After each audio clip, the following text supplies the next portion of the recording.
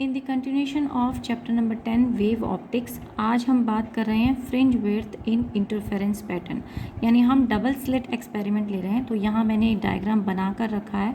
So let me explain the diagram first and then will come to the derivation. So यहाँ क्या है, एक common source था, उस सोर्स से लाइट जो आई वो दोनों स्लिट्स से पास कर रही है। हमने दो स्लिट्स प्रोवाइड कर दी हैं S1 एंड S2, और दोनों स्लिट्स से जाने वाली रेडिएशंस जो हैं कुछ तो स्ट्रेट निकल जाएंगी और कुछ डाइवर्ट होके पहुंच रही हैं पॉइंट P पे।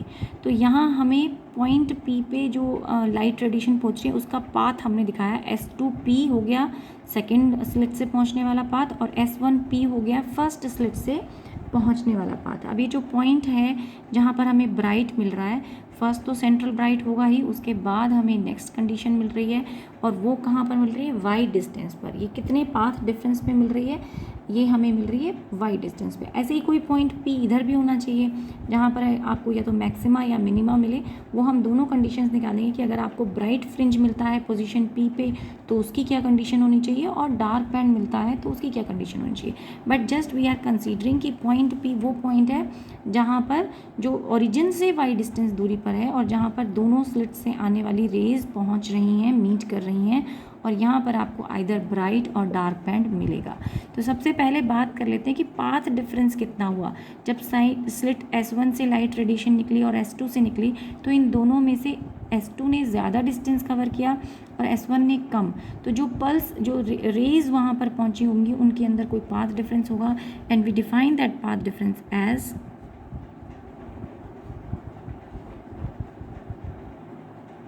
path difference between wave reaching at P। तो जो P पर पहुंच रही थी उनके बीच में पाथ डिफरेंस हो गया S2P माइनस S1P। तो इस पूरे पाथ में से आपने ये S1P पाथ जो है वो सब्ट्रैक्ट कर दिया। अब इस पाथ को भी हम डिफाइन कर देते हैं। तो इसके लिए हम क्या कहें कि let us draw a normal from S1 से आपने एक नॉर्मल डाल दिया E पर, और अब आपके लिए ये एक ट्राइंगल इक्विलेटरल ट्राइंगल टाइप हो गया। तो S1P डिस्टेंस और EP डिस्टेंस इक्वल होगा। तो जो एक्स्ट्रा पाथ था वो कितना हुआ, ES2। तो इसे हम पाथ डिफरेंस, जो मैं पूरा सेंटेंस लिखा अब उसकी जगह मैं S2E लिख देती हूँ, because this is that path difference जो इन दोनों पाथ रेडिएशंस के बीच में था। तो S2P माइनस S1P हो गया। अब ये दो ट्राइंगल हम यहाँ पर कंसिडर करते हैं। कौन कौन से दो ट्राइंगल ले रहे हैं हम, CP एंड O। एक तो ये वाला ट्राइंगल ले रहे हैं और एक ट्राइंगल ले लेते हैं ये S1E एंड S2। अब इन दोनों ट्राइंगल्स को हम कॉन्ग्रुएंट सिमिलर प्रूव करेंगे। तो सिमिलर कैसे हो गया, ये एंगल हमने नॉर्मल डाला था यहाँ से, तो angle E is equal to angle O, क्योंकि दोनों 90 डिग्री बना रहे हैं, और पल्स जो है वो अपने नॉर्मल से शिफ्ट होके P पे पहुँची है। तो ये जो एंगल होगा, this angle will also be equal to this angle theta. वैसे तो ये मैथमेटिक्स की थ्योरम है, लेकिन फिर भी मैं इसे डिमॉन्स्ट्रेट करने की कोशिश करती हूँ। सपोज़ मैंने एक प्रॉप ले लिया और इस वक्त this is the 90 degree angle. तो जो स्ट्रेट लाइन है वो इस स्लिट के साथ 90 एंगल बना रही है, मगर अगर आप इस स्लिट को शिफ्ट कर दो बाय सर्टेन एंगल, तो आपने इसे शिफ्ट कर दिया, आपने इसे शिफ्ट किया है, और जितने एंगल से आपने यहाँ शिफ्ट किया यू विल नोटिस कि उतने ही एंगल से आपका ये जो स्लिट था ये भी आपका शिफ्ट हो गया। तो अब मैंने जो नया एंगल बनाया, बिकॉज वो मैंने मेज़र करके नहीं डाला था, तो आप देख सकते हैं बिल्कुल एग्जैक्टली दोनों लाइन एक दूसरे, because still they are making a 90 degree angle with the normal, क्योंकि हमने ये भी क्या डाला है, ये नॉर्मल ही डाला है। इसको हमने S1 पॉइंट से E पॉइंट पे नॉर्मल डाला। सो अब ये भी एक राइट एंगल ट्राइंगल बना रहा है और ये भी एक राइट एंगल ट्राइंगल बना रहा है। तो this axis, this line will have to be on the normal, यानी ये एंगल भी नॉर्मल ही रहेगा। तो ये नॉर्मल रहेगा, पहले भी ये नॉर्मल था। C का जो O पॉइंट पे था, एक तरह से मान लीजिए कि हमने ये O पॉइंट शिफ्ट करके कहाँ पहुँचा दिया, P पे पहुँचा दिया। तो जब हमने O पॉइंट को शिफ्ट किया है तो एट द सेम पॉइंट हमने वो पाथ डिफरेंस भी रिजॉल्व करने की कोशिश की और वो हम शिफ्ट करके इधर ले आए।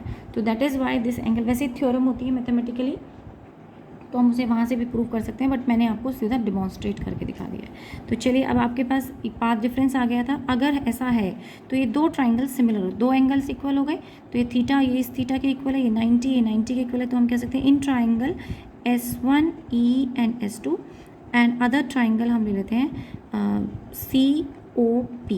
सो your angle E is equal to angle O and angle ES dash S1 and S2 is also equal to angle PCO. So ये दोनों सिमिलर प्रूव हो जाते हैं, देयरफॉर हम ये कह सकते हैं therefore triangle SES2 and COP are similar. हम इनको सिमिलर कह सकते हैं। अगर सिमिलर बोला है तो हम सेम साइड रेशो ले पाएंगे। सेम साइड रेशो ले लेते हैं तो वो आपके पास आ जाता है दिस S2E यानी perpendicular upon hypotenuse. Hypotenuse is S1 S2। Same way यहाँ पर perpendicular PO upon hypotenuse which is CP। So लिखेंगे इसको हम therefore same side ratio S2E by S1 S2 is equal to OP by PC, this PC। But again यहाँ पर हम PC को मैं नेक्स्ट स्टेप में चेंज कर देती हूँ, but your PC is similar to CO। ये CP जो है वो CO के इक्वल हो जाएगा, सिमिलर हो जाएगा। वो हम तब कह रहे हैं कि जब आपका ये जो डिस्टेंस है CO distance is very large as compare to S1 S2। तो ये अजम्पशन है कि जब आपने जो D डिस्टेंस है, दोनों स्लिट्स के बीच का डिस्टेंस जो है वो काफ़ी कम हो और स्क्रीन और सोर्स के बीच का डिस्टेंस काफ़ी ज़्यादा हो, when your D is very very large, तो फिर आप उस केस में CP को क्लोज टू CO मान सकते हैं। इनका मैग्नीट्यूड ज़्यादा दूर नहीं जाएगा। जितना स्क्रीन दूर होगा तो उतना डेविएशन कम आएगी, जितना ज़्यादा पास होगा उतनी ज़्यादा डेविएशन आ जाती है अपने नॉर्मल पाथ से। तो हम ये अजम्पशन ले रहे हैं और यहाँ मैं PC को चेंज करके CO प्लेस कर देती हूँ। तो हम CO प्लेस करें, यहाँ पे लिख भी देते हैं, चलो CP by CO। Now you में CO का डिस्टेंस हमें पता है D और PO की वैल्यू भी हमें मालूम है Y। दोबारा देख लेते हैं स्क्रीन पे, PO की वैल्यू हमें पता थी Y, CO का डिस्टेंस हमें मालूम था D, S1 S2 भी हमें पता है small d। Let us place everything back in the equation. तो S2E नहीं पता, बस हमें S2E जो है वो एज इट इज़ रखेंगे, S1 S2 को उस तरफ ले जाते हैं और वो हमें डिस्टेंस मिला हुआ है D। एंड ये जो OP डिस्टेंस था वो था Y और जो CO डिस्टेंस है वो है आपका D। तो ये सब हमने वैल्यूज़ प्लेस कर दिए यहाँ पे। दोबारा से देख लेते हैं कि S1 S2 जो स्मॉल d था वो हमने यहाँ पे पुट कर दिया, PO जो Y था वो भी हमने यहाँ पे पुट कर दिया, एंड CO जो आपका CO डिस्टेंस था वो D था, वो भी हमने यहाँ पे प्लेस कर दिया। तो ये आ गया आपका पाथ डिफरेंस। अब हम निकालते हैं कि अगर वहाँ पर ब्राइट बैंड बनता तो उसकी पोजीशन क्या होती और अगर वहाँ पे डार्क बैंड बनता तो उसकी पोजीशन क्या होती। तो लिखते हैं सबसे पहले फॉर ब्राइट फ्रिंज। तो ब्राइट फ्रिंज यानी कि जो आपको कलर्ड बैंड्स मिल रहे हैं उनको ही हम फ्रिंज भी बोल देते हैं। तो फॉर ब्राइट फ्रिंज के लिए क्या मिल रहा है, हमारे पास पाथ डिफरेंस क्या होना चाहिए था, पाथ डिफरेंस जो ब्राइट फ्रिंज के लिए होता था, इसके लिए भी हमने डेरिवेशन निकाली थी, दैट वाज n लैम्डा। तो अब हम ये वाला पाथ डिफरेंस को इस वाले पाथ डिफरेंस से कंपेयर कर दें तो यानी हमारे पास आया y d by capital of D is equal to n lambda, या फिर हम यहाँ से पाथ यानी y पोजीशन जो है उसकी आप बता सकते हो, तो ये हो गई n lambda d by D। n क्या चीज़ है, n यहाँ पे 0 1 2 3 ऐसो नेचुरल नंबर है। सो आपने ये किसके लिए बताया, तो y क्या हो गई, y हो गई position of bright band, bright band या bright fringe, this is TI। Okay, now फिर फॉर डार्क बैंड, अब हम डार्क फ्रिंज की कंडीशन निकाल लेते हैं। लेकिन डार्क फ्रिंज के लिए जो पाथ डिफरेंस होता है वो होता है आपका 2n+1 लैम्डा बाई 2। ये भी हम पहले डराइव कर चुके हैं, तो अब इसे इक्वेट कर देते हैं इस इक्वेशन से जो हमने पहले डराइव की थी, यानी कि यहाँ भी हमने यहाँ पे n लैम्डा से किया, इससे इक्वेट करना है आपकी बार इसको। तो हमारे पास आ जाता है y d by capital of D is equal to 2n+1 lambda by 2, और यहाँ से y का वैल्यू आ गया, this implies y is equal to 2n+1 and this lambda capital D को इधर ले आइए डिवाइडेड बाई 2 ऑफ D। तो यहाँ हमारे पास पोजीशन ऑफ ब्राइट बैंड आ गई। अब हमें फ्रिंज विड्थ निकालनी हो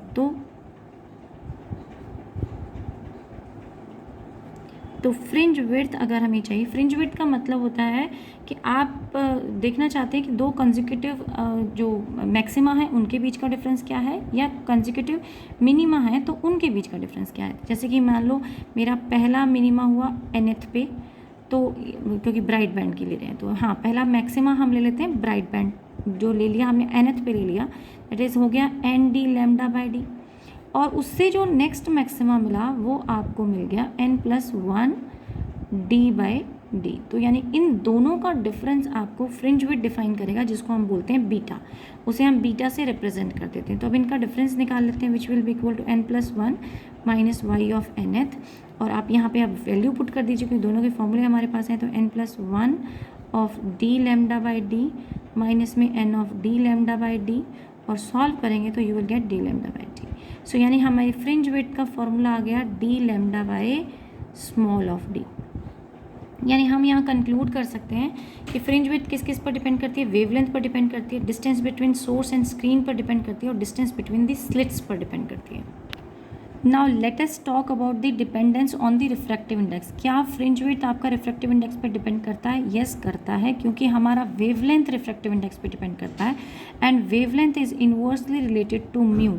तो वो वेवलेंथ जो है रिफ्रैक्टिव इंडेक्स के इनवर्सली रिलेटेड है। तो आपका बीटा बी जो है वो वेवलेंथ के तो डायरेक्टली प्रोपोर्शनल है, लेकिन रिफ्रैक्टिव इंडेक्स के इनवर्स रिलेशन में आएगा। तो अगर आप एंटायर एपरेटस को किसी लिक्विड में या रिफ्रैक्टिव इंडेक्स जिसका रिफ्रैक्टिव इंडेक्स ज़्यादा हो वहाँ पर इमर्स कर दें तो फिर आपकी फ्रिंज विड्थ क्या हो जाएगी, वो डिक्रीज़ हो जाएगी। तो मैं यहाँ लिख देती हूँ ये point. So here I have written this point. अब हम बात कर लेते हैं एंगुलर विड्थ की। एंगुलर विड्थ किसे बोल रहे हैं हम? थीटा को ही एंगुलर विड्थ कह रहे हैं, जो अभी अभी हमने पिछली डेरिवेशन में डायग्राम में रिप्रेजेंट किया। सो here I have the diagram again, this is your theta, and यही हमें निकालना है। तो यानी एंगुलर विड्थ निकालने की एंगुलर सेपरेशन कितना हुआ। तो अगर आप आर्क अपॉन रेडियस का फॉर्मूला लगाएं तो उसके मुताबिक योर वाई, दिस डिस्टेंस, ये उस साइड का आर्क हो गया, divided by this distance will give you the angular separation. तो एंगुलर जो विड्थ मिला वो आपको y बाई डी मिला। अगर आपके पास y का रिलेशनशिप, क्योंकि हमने अभी अभी कैलकुलेट भी किया है, y जो होता है, ये जो रिलेशनशिप हमने निकाला, y is equal to n, nth के लिए निकालेंगे तो it will be n d by D. Otherwise first fringe के लिए निकालोगे, अगर हम कह देते हैं कि ये फर्स्ट एंगुलर सेपरेशन है, तो then that will be equal to lambda D by D. तो इसको मैं लिखती हूँ एक बार कि आपका कहना क्या चाहते हैं। सो थीटा हमारा according to the diagram was y by capital of D. Agreed, this part was, एक मिनट, okay, this is y by capital of D. This was our theta, but y for the first fringe, y for the first fringe के लिए n जब हमारा 1 हो जाएगा, in that case you have this lambda d by small d. So put this formula here. So if we put, then theta will come out to be, जिसको हम y by d बोल रहे थे, वो अब आपके पास रह गया lambda by small d। लेकिन फ्रिंज विड्थ के मुताबिक हम लैम्डा बाय स्मॉल डी को डिफाइन अगर करना चाहते हैं, बीटा को अगर हम डिफाइन करना चाहते हैं तो lambda D by small D होता है। इसका मतलब हम इसे ये भी कह सकते हैं कि this is equal to beta by capital D. So this is the formula for the angular width. तो 3 फॉर्मूले आ गए डिपेंडिंग ऑन आपको क्या दिया हो। अगर कई बार पाथ डिफरेंस दिया है तो you can use y by D. अगर आपको लैम्डा दिया है, वेवलेंथ दिया है, तो you can use lambda by slit distance. And अगर आपको फ्रिंज विड्थ दे रखी है तो fringe width by capital D. इनमें से आप कोई भी आप इसको यूज़ करने के लिए, मतलब कैलकुलेट करने के लिए यूज़ कर सकते हैं। Here again we can say कि अगर आपको ये एंगुलर विड्थ निकालना हो nth डार्क या ब्राइट बैंड के लिए, तो उसके लिए भी आप वेरिएशन लिख सकते हो। फॉर एग्जांपल अगर मैं लिखती हूँ पहले ब्राइट के लिए, तो ब्राइट के लिए थीटा nth कितना हो जाएगा, वो n लैम्डा बाई डी हो जाएगा। यानी यहाँ पे मैंने n से मल्टीप्लाई कर दिया। और जब आप डार्क बैंड के लिए लिखते हैं तो फिर आपके पास थीटा nth हो जाएगा 2n+1 लैम्डा बाई 2d।